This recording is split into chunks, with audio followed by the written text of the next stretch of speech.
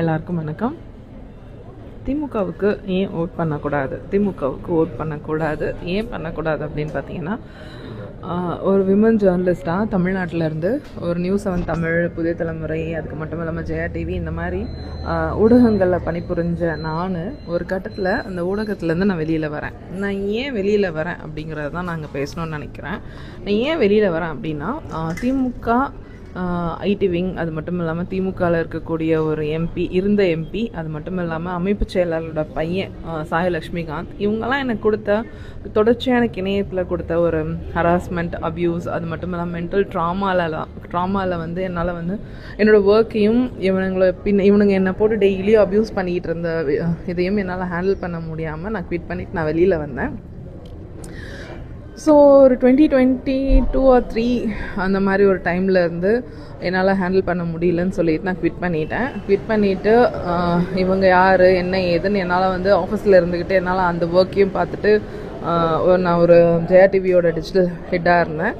So அப்படி இருக்கும்போது என்னால் அதையும் பார்த்துட்டு டீமையும் பார்த்துட்டு என்னோடய ஒர்க்கையும் பார்த்துட்டு அதுக்கப்புறம் எல்லா ஒர்க்கும் என்னோடய மற்ற ஒர்க்கையும் பார்த்துட்டு என்னால் வந்து இதை ஹேண்டில் பண்ண முடியாமல் தான் நான் வெளியில் வரேனே.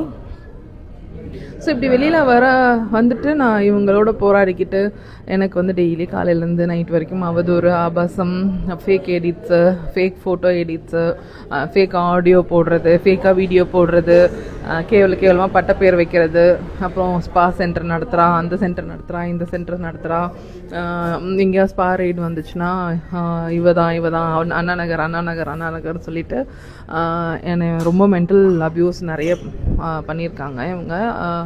அது மட்டும் இல்லாமல் இந்த ஃபேக் எடிட்ஸ், ஃபேக் விஷயங்கள் இதெல்லாம் நம்ம வந்து அட்ரெஸ் பண்ணி எழுத ஆரம்பித்தா எல்லார்கிட்டேருந்தும் எனக்கு வந்த விடை வந்து ஒன்று தான், மௌனம் மட்டும்தான். திமுக ஐடி விங் ஆகட்டும், இதை வந்து சரி பண்ணணும் அப்படின்றது வந்து யாருமே வரவே இல்லை. அவங்களும் துணையாக தான் இவங்க எல்லாரையும் வந்து எனேபிள் பண்ணி விட்ட மாதிரி தான் எனக்கு ஃபீல். அது மட்டும் இல்லாமல் துணை முதல்வருக்கு அன்றைக்கி வந்து நான் டேக் பண்ணி நான் இந்த மாதிரிலாம் நடக்குதுன்னு போட்டதுக்கு எனக்கு அவர் கொடுத்த பரிசு வந்து பிளாக் மட்டும்தான். ஏற்கனவே முதல்ல ரொம்ப வருஷம் முன்னாடி எனக்கு தெரியாமல் பிளாக் பண்ணியிருப்பார் போல இருக்குது. 2021 அப்புறம் என்னை அன்பிளாக் பண்ணியிருந்தார். திரும்பவும் இந்த மாதிரி உங்களுக்கு ஒர்க் பண்ணுற இவங்கெல்லாம் சேர்ந்து இப்படி பண்ணிகிட்டு இருக்காங்க அப்படின்னு நான் வந்து வாய்ஸ் அவுட் பண்ணும்போது வந்து பிளாக் பண்ணார். அவர் பிளாக் பண்ணாரா இல்லை அவரோட பிஏ பிளாக் பண்ணாரான்னு தெரியல. ஏன்னா அவரோட பிஏக்கும் இது எல்லாமே நான் வந்து அட்ரஸ் பண்ணியிருந்தேன். இந்த மாதிரிலாம் இவங்க பண்ணிகிட்டு இருக்காங்க, உங்கள் எம்ப்ளாயீஸ் வந்து இப்படி பண்ணிகிட்டு இருக்காங்க அப்படின்னு சொன்னதுக்கெலாம் வந்து ரொம்ப திமிராக தான் எனக்கு வந்து எல்லோரும் ரிப்ளை பண்ணாங்க. நீ ஏன் வந்து திமுக விமர்சிக்கிற, திமுகவை பற்றி நீ ஏன் வந்து இந்த மாதிரி அந்த மாதிரி எழுதுகிற, மக்கள் பிரச்சனையே பேசுகிறோம், அந்த மாதிரியெல்லாம் வந்து இவங்களுக்கு ஒரு சின்னதாக நெகட்டிவாக கூட நம்ம எழுதக்கூடாது. ஏன்னா திமுக ஆட்சிக்கு வந்ததுக்கப்புறம் ஐயோயோ பாருங்கள் திராவிட மாடல் ஆட்சி அப்படின்னு எல்லாரும் புகழ்ந்தாங்க. நான் புகழாத ஒரே ஆள் நான் மட்டும்தான். ஸோ அப்படி இருக்கும்போது வந்து நீ மட்டும் ஏன் புகழ மாட்டேங்கிற, திமுக நீ என்ன அவ்வளோ பெரிய ஆளா, அவ்வளோ பெரிய அப்பா டக்கரா, எல்லாரும் எங்களை புகழ்ந்து தான் ஆகணும், மக்கள் பிரச்சனையெல்லாம் யாரும் பேசக்கூடாது அப்படின்னு சொல்லிட்டு தான் என்னை ரொம்ப டார்கெட் பண்ணாங்க இந்த கும்பல். தொடர்ச்சியாக இந்த அப்யூஸ் அண்ட் ட்ராமானால் என்னோடய ஒர்க்கையுமே என்னோடய கெரியரையே எனக்கு ரொம்ப பிடிச்சி நான் வந்து அவ்வளோ எஃபர்ட் போட்டு என்னோடய கெரியரை நான் வந்து க்ரோ ஆனேன். என் கெரியரில் அந்த கெரியர் வந்து இந்த தமிழ்நாட்டில் பார்த்திங்கன்னா வெரி ஃபியூ நியூஸ் சேனல்ஸ் இருக்கும். அந்த ஃபியூ நியூஸ் சேனலில் வந்து ரொம்ப ரொம்ப கம்மி யாருன்னு பார்த்திங்கன்னா டிஜிட்டல் இதில் இருக்கிறவங்க, நியூஸ் மீடியாவில் டிஜிட்டலில் இருக்கக்கூடிய பெண்கள் ரொம்ப ரொம்ப கம்மி. அதுலேயுமே விரல் விட்டு எண்ணிரலான்னு நினைக்கிறேன் ஹெச்ஓடிஸாக இருக்கிற விமன் அப்படிங்கிற இது. அதில் வந்து நான் புதிய தலைமுறையில் இருந்தபோதும் சரி, நியூஸ் 7 தமிழில் இருந்தபோதும் சரி, ஜெயா டிவியில் இருந்தபோதும் சரி, எனக்கு இருந்த டிஜிட்டலில் இருந்த எக்ஸ்பீரியன்ஸை வந்து நான் ரொம்பவே அங்கே பெர்ஃபார்மன்ஸாக நான் காட்டியிருக்கேன்.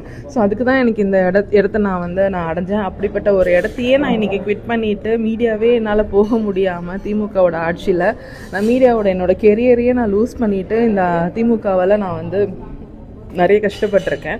ஸோ அதனால் திமுக கண்டிப்பாக வரக்கூடாது. நான்லாம் ஒரு எக்ஸாம்பிள், ஒரு மீடியா பர்சனுக்கே இப்படிப்பட்ட ஒரு நிலைமை அப்படின்னு யோசிச்சிங்கன்னா சாமானிய பெண்களோட நிலைமை என்ன, அப்போது என்ன கஷ்டத்தை யார்கிட்ட போய் தப்பு எனக்கு இப்படி எனக்கு வந்து அநியாயம் நடக்குது அப்படின்றத வந்து நம்ம எங்கேயுமே சொல்லவும் முடியாது. சொன்னாலும் யாரும் பேசவும் போகிறதில்ல, நமக்காக யாரும் வரவும் போகிறது கிடையாது, எந்த சொல்யூஷனும் யாரும் கொடுக்க போகிறது கிடையாது. அகெயின் திமுக வந்தால் இதே மாதிரியான நிலைமை தான் தொடரும். இதே மாதிரி 5 வருஷமும் இவங்களோட நம்ம போராடிட்டு தான் இருக்கும். ஸோ ஒரு விமனாக விமன் பற்றின விஷயங்கள், சேஃப்டி பற்றின விஷயங்கள்லாம் கண்டிப்பாக பேச வேண்டிய கட்டாயத்தில் இருக்கோம்.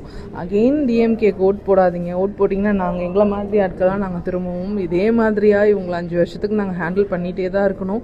திரும்பவும் இதே ஹராஸ்மெண்ட், இதே மென்டல் ட்ராமாவை நாங்கள் அனுபவிச்சுக்கிட்டே தான் இருக்கணும். தயவு செஞ்சு எங்களுக்காக தயவு செஞ்சு யாரும் திமுக ஓட் பண்ணாதீங்க. Please please please.